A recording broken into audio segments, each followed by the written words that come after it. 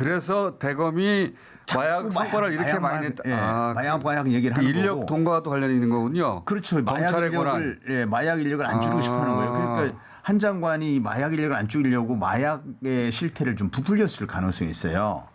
한 장관이 마약 인력을 안 줄이려고 마약의 실태를 좀 부풀렸을 가능성이 있어요. 한 장관이 마약 인력을 안 줄이려고 마약의 실태를 좀 부풀렸을 가능성이 있어요. 의도적이라는 거죠. 저는 의도적으로 보여요. 네.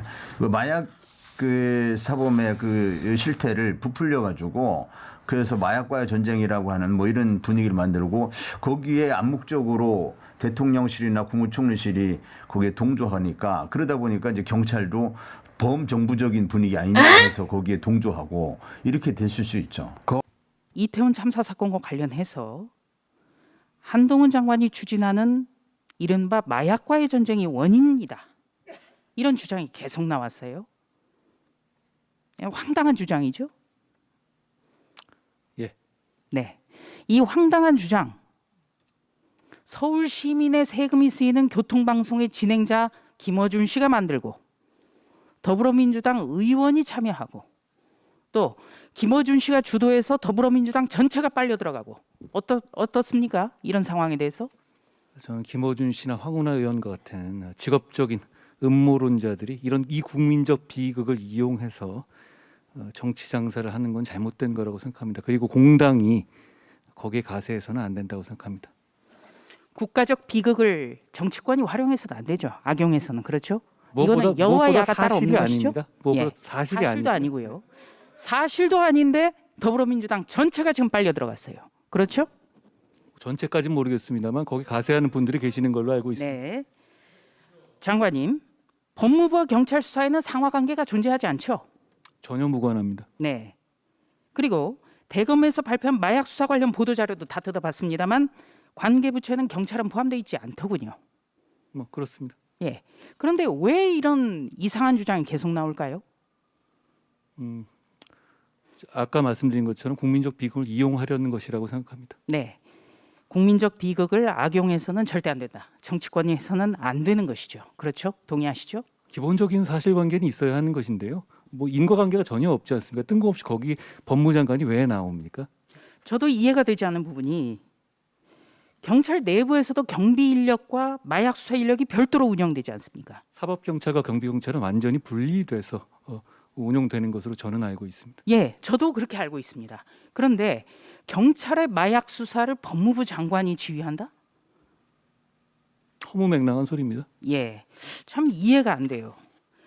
그리고 지금 국가적 애도 기간은 끝났습니다만 우리가 늘 이번 사태를 기억하고 그리고 근본적인 대응 마련을 해야 되거든요. 정치권이 이번에야말로 고리를 끊어야죠. 그런데 이런 허무맹랑한 유언비어로 정치 공세를 하고 그것도 이런 황당한 음모론을 서울 시민의 세금이 쓰이는 방송에서 퍼뜨린다? 이거는 어떻게 보십니까? 방송에서 이런 것을 퍼뜨린다. 그리고 그것이 반복되고 있기 때문에 절대로 있어서는 안 되는 일이라고 생각하고요. 애도하는 국민들께 큰 상처를 주는 일이라고 생각합니다. 네, 법사위에서도 확인을 했습니다만 마약 수사 해야 되죠. 지금 심각하죠 상황이. 저는 마약 수사는 반드시 철저하게 해야 한다고 생각하고 많은 국민들이 거기에 공감하고 계시다고 생각합니다. 저는 단지 사실에 기초해서 이태원 참사의 원인 규명을 위한 합리적인 의문을 제기했을 뿐입니다. 한동훈 장관은 지난달 13일 검찰에 마약범죄 대응을 지시하였고 윤석열 대통령은 같은 달 21일 경찰의 날 기념식에서 마약과의 전쟁을 선포하였습니다. 그리고 26일 윤석열 정부와 국민의힘은 마약류 관리 종합대책 관련 당정협의회를 열고 마약 문제에 대한 종합대책을 논의했습니다.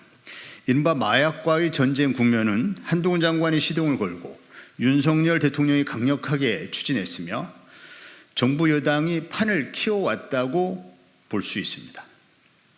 고물가, 고금리, 고환율로 어려움을 겪고 있는 국민을 위한 민생을 위해서는 무엇 하나 뚜렷한 대책을 내놓은 게 없으면서 중대하고 긴급한 사안도 아닌 마약 문제에 대해 범정부 차원에서 총력을 경주해서 대응하려 했던 이유가 무엇입니까?